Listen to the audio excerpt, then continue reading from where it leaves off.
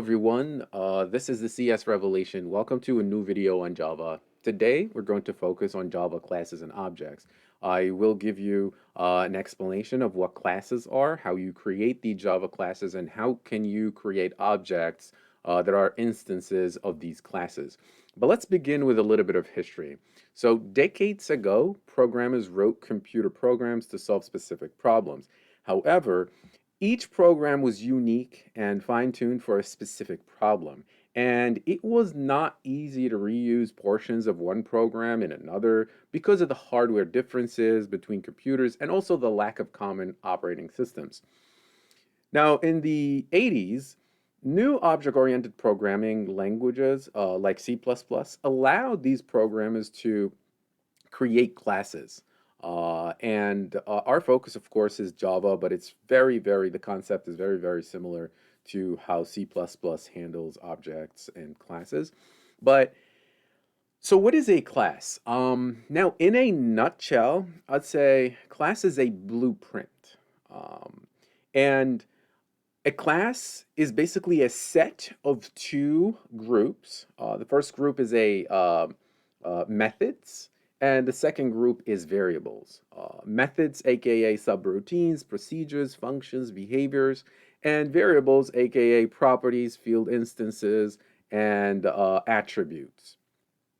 Now, I like to think of properties as the descriptive elements to describe a certain object, and the actions, I think of them as the actions that are going to be performed by these objects. So they're called methods, but I refer to them as actions. So we have descriptive elements, that are the properties, and we have actions, that are the methods. So let's take a look at the example of cars. So at the beginning, any company that want to introduce a new model into the market, they first have to come up with a blueprint, a description of what the car is going to look like, features that the car is going to include, and so on. So the first set of items that has to be decided on is going to be the properties, the instance variables in Java, we call them.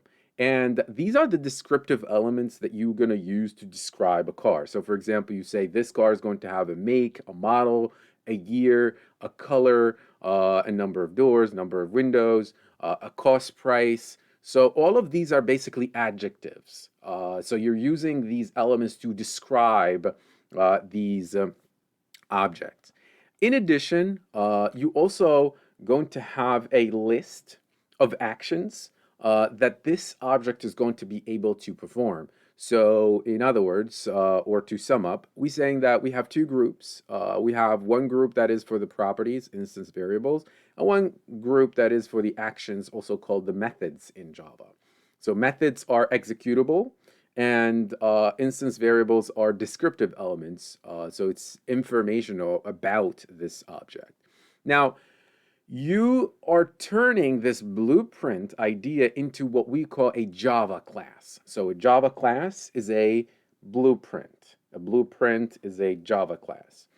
And then once you come up with this description, once you come up with this blueprint of this class, you can instantiate this class. So this is your blueprint or the class for what a car is going to have as features and properties.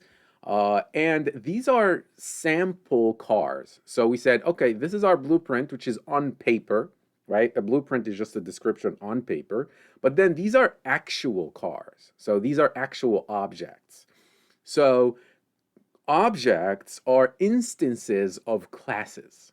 So when you want to turn this blueprint into an actual car, the technical term is that you're instantiating a class, creating an instance of that class, and that is the object. So we have three objects here. These are three different physical cars that all follow the same model, the same class, which is the car class that we defined earlier. So for example, the first object here has a make, has a model, has a year, has a color, and it is capable of starting, stopping, accelerating, and honking, right? However, the values for each one of these properties are different than the other objects. So when we're talking about objects, we're talking about actual values, right? So in a class, we're saying if I'm going to use this blueprint to create cars, a car must have a make, must have a model, must have a year, must have a color, right? And able to perform these actions, right? But when you create the instance, the actual object, the car, then you have to fill in that information. So you say the make is BMW, the model is X6, the year is 2021, and the color is blue, right? Here's another object. The make is BMW, the model is i3, the year is 2017, and the color is green, and so on, right? So these are three different physical objects that are all coming from one blueprint, one class, and that is the car class. Now, let's dig into it and let's start typing some code and let's see how this idea works, how it works in the Java environment. So we're going to create Java classes and then we're going to create instances of these classes.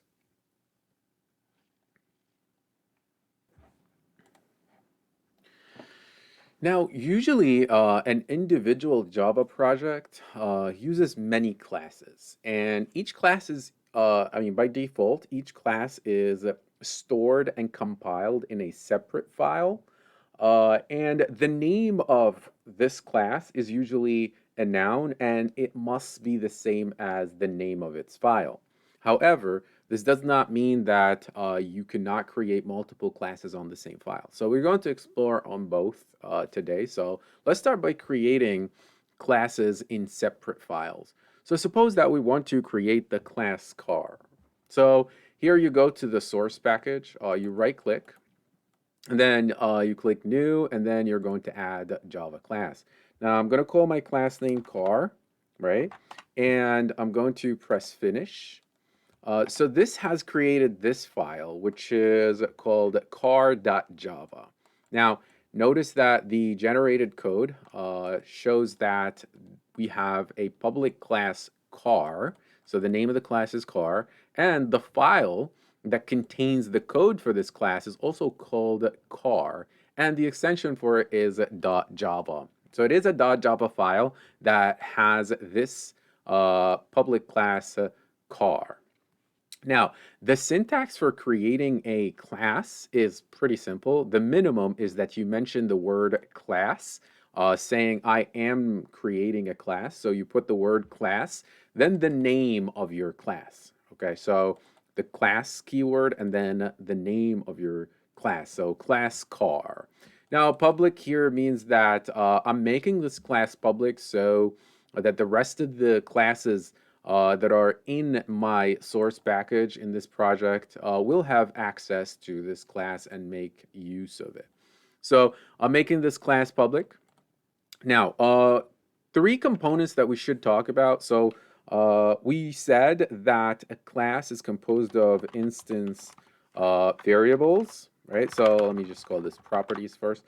So it is composed of properties, and also I must say that there are actions, okay? I'm going to add one more item here, which is called a constructor or constructors. And then we'll come back to this in a second. But first, let's declare our properties. When we say declare our properties, we're declaring our variables. The local variables for this car class. So we said that a car has a make. So a make is going to be of type string. So I'm going to be string make. And then also we're going to create the model. So it's also string model.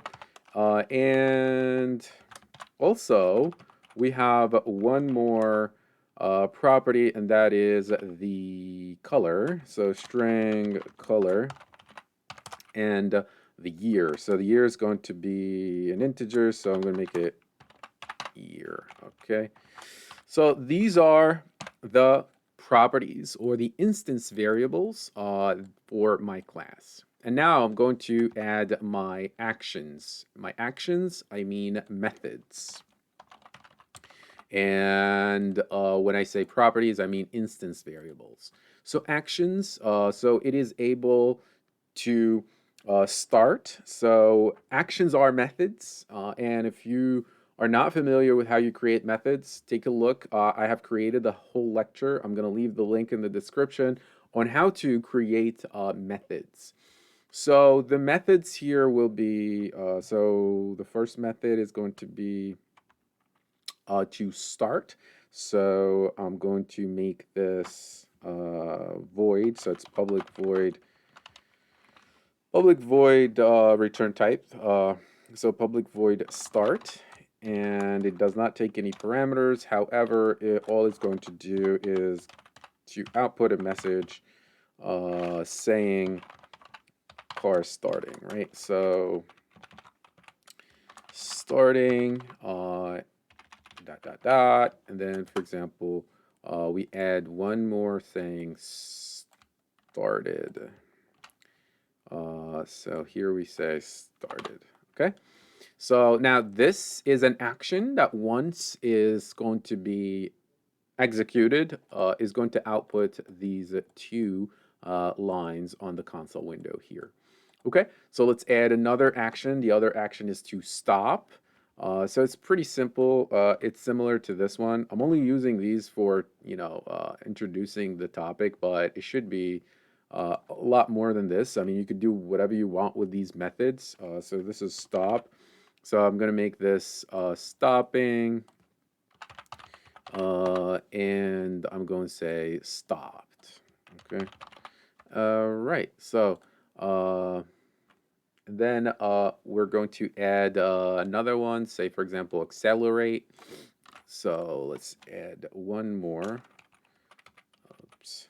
So one more action or method here is going to be accelerate.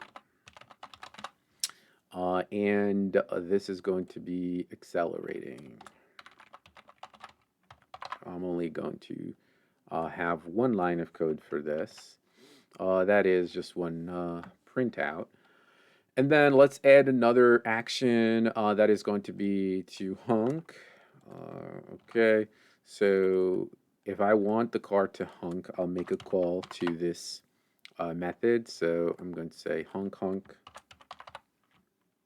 or beep beep. If we're saying honk, let's do honk. Okay, so let's do this. Okay, more interesting. All right, so now that we've created these methods, okay, now I must say that first of all, what do we need the constructor for? A constructor is used when you're trying to instantiate this class and create the objects, you're actually constructing these objects. So the constructor is going to be used to construct these objects to instantiate this class. And the constructor, by default, you have a default constructor. You don't have to define it. It's just simply going to create an empty object, and you must set later its properties and instance variables and so on. But you can define your own constructor. So to create the constructor, you need to use the same name as the class. So the class is called car. So that means your constructor also is going to have that name. So I'm going to say public car. And these are the parameters that when supplied by the users, I'm going to use them for the construction of this object. So these are the values that I need. So for example, string MA, comma, string MO for model, and then another string for the color because I need the color value, and then also I need an integer value for the year. And I'm going to set this. I'm going to use the this keyword to have access to this instance value, for example, make. I'm going to make it equal to MA that the user, the parameter that the users have supplied upon the call to this constructor. I'm going to make also set the next one, so it's this dot model is also equal to MA, and this dot color is equal to CO supplied by the users, and then this dot year is equal to Y.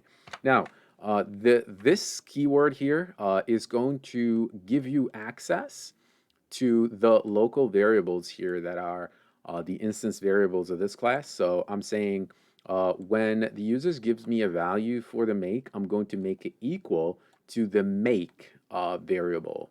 Okay, so that's basically upon the constructor.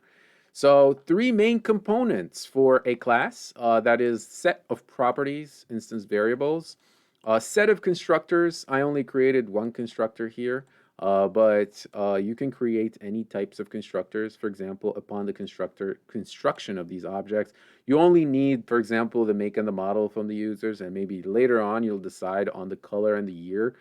So that's another type of a constructor, but you can create multiple constructors in the same class. And then we have a set of actions methods, and these are the actions that the object is going to be able to perform. Now, the next thing is to instantiate this class. So to instantiate this class, where do we do that? Actually, go to our main class.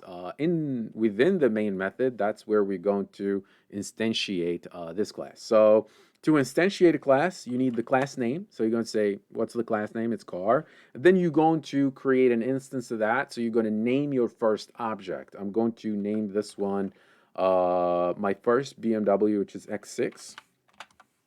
I'm going to use the new keyword to instantiate. So the new keyword here is the keyword that you use to instantiate a class. So you're going to say equals new, and then you're going to use the constructor of this class. So the constructor takes 4 parameters. The 4 parameters are, the first value is a string, which is for make. I'm going to give a string that is BMW, and then comma, the next one is going to be the model, and it's going to be also a string value, which is, for example, X6. And then we have the color. So the color is also a string, and I'm going to say, for example, blue. And then we have the last one is going to be the year, and that's an integer value, so I'm going to say 2021. So this has, so this is the constructor that's going to be invoked to construct this object X6, which is an instance of the car class. So using the new keyword, you're instantiating this car class and creating this object X6. You could create as many objects as you want. So I'm going to create 3 objects like we saw in the PowerPoint. The second one is going to be I3, and this one is I8. So it's the same way. You're creating these objects the same way. So they all have the same make. This is I3 model, and this is I8 model, and this is red, and this is blue, white. So notice that even though they don't have the same values, but they're still instances of the same class. They all have makes, models, colors, and years. So I can make this one 2017, and I can make this one 2020, and that's it. So this has resulted, I mean, this code is going to result in creating 3 objects, X6, I3, I8. These 3 objects are instances of the same class, which is car class. Okay. Now, let's confirm that that is true and that took place. So let's make these objects perform some type of actions. Maybe the first thing is to make X6 start. So by using the dot operator, you'll have access to all the actions. So I'm going to make it start. And then I'm going to make X6 accelerate. So I'm going to make it accelerate. And then I'm going to make X6 stop, right? So I can make it do that. And then I can also make I3,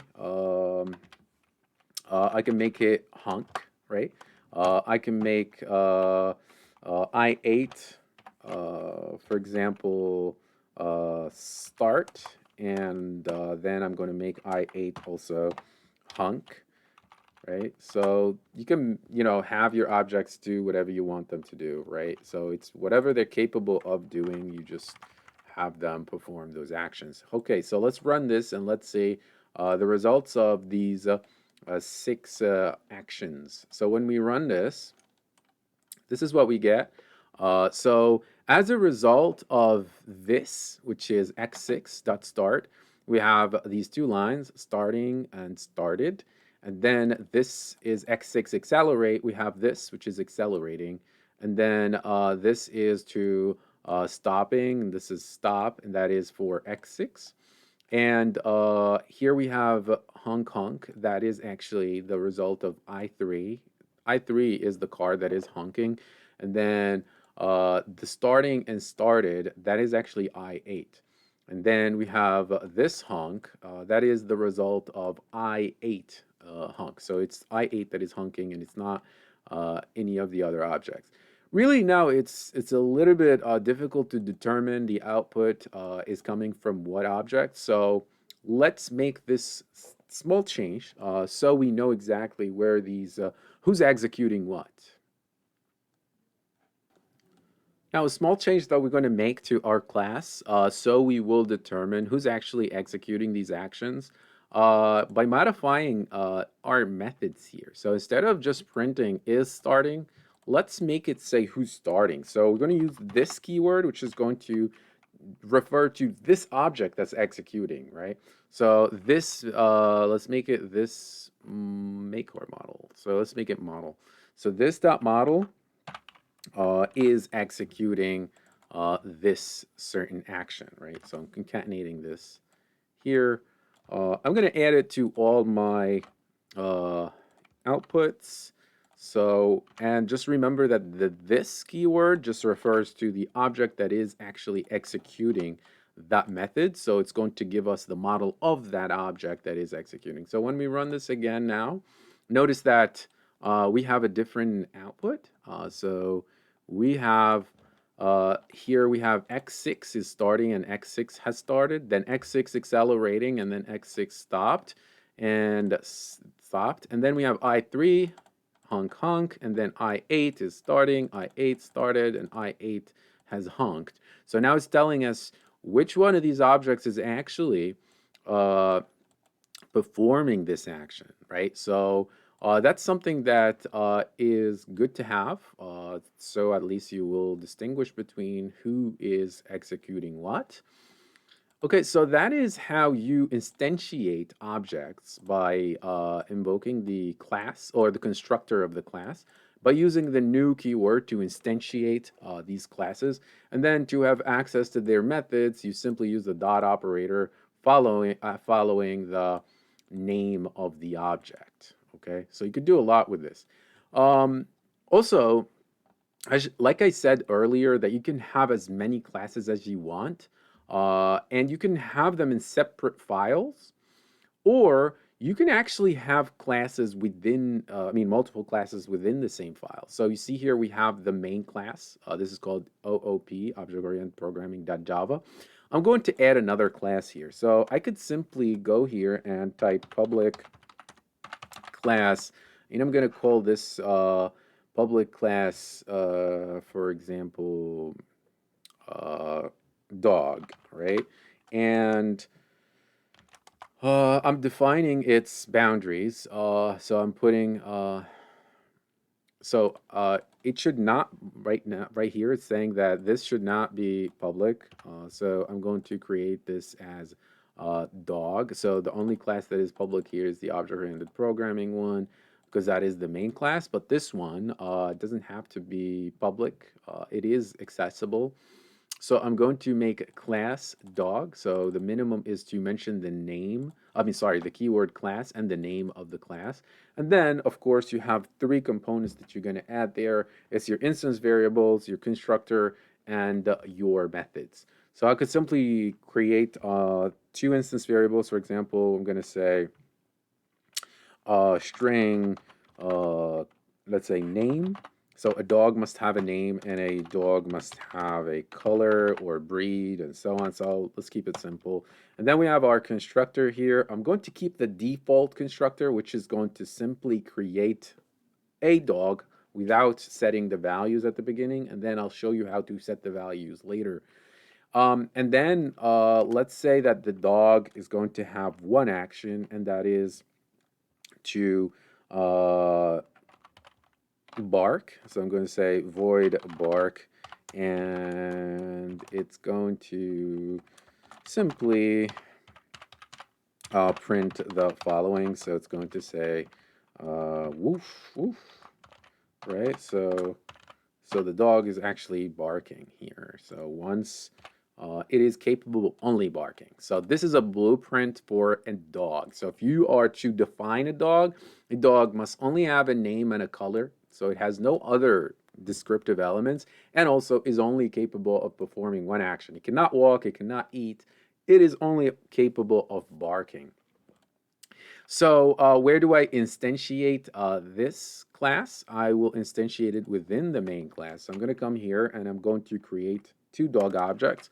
So same way, it's the name of the class, that is dog, and I'm going to call the first one, say D1 equals new, and then there is a default constructor, which is dog, but you should not be putting the parameters you're not supposed to be supplying parameters to this constructor because it's by default that is defined that it does not take any parameters. So if you attempt to give, for example, a value for the name and a value for let's say the color, is just going to render that as an error. So you shouldn't be supplying any values here. So keep it blank. So this has created one instance. So we instantiated the class dog. We created one dog. Here's the second dog, right? So we have two dogs here.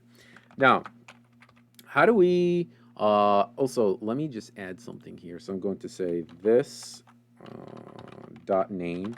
So I'm going to have the dog say their name before they bark. Okay, so if I were to just simply call the action or the method bark for dog one, so I'm going to make dog one, let's say bark. I can simply do this, but let's see what's going to happen, right? So let's see what's going to happen once we execute this code.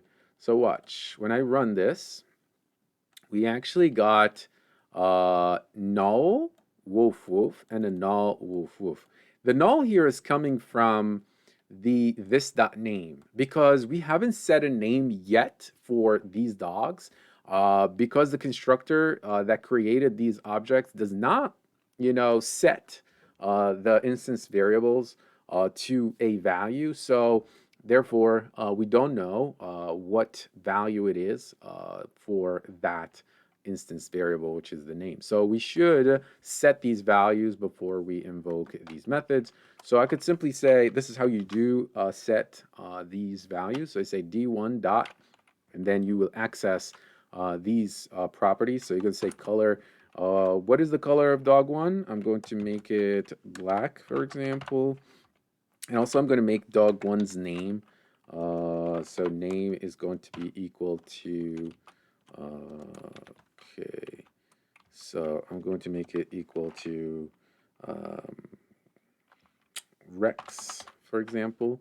Okay, so now we have set a name and we have set a color for dog one. I can also do the same thing for dog two. I'm going to say the name is going to be, right, it's difficult to come up with names for your dogs now. That's a difficult decision, right? So I'm just going to say dog. The name of my dog is dog.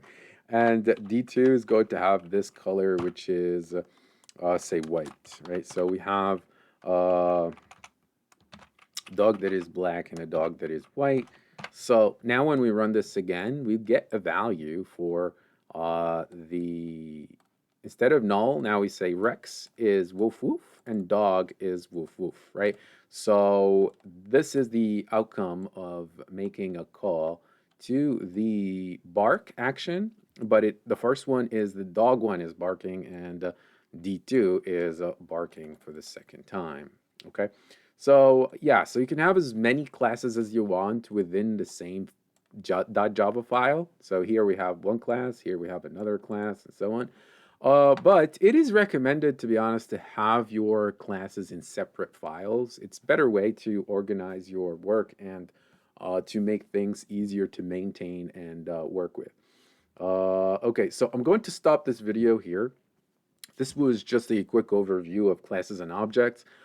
In the next video, I'm going to show you how to go advanced with your classes, and we're going to see how the hierarchies of the extension of classes. So one class can extend another class.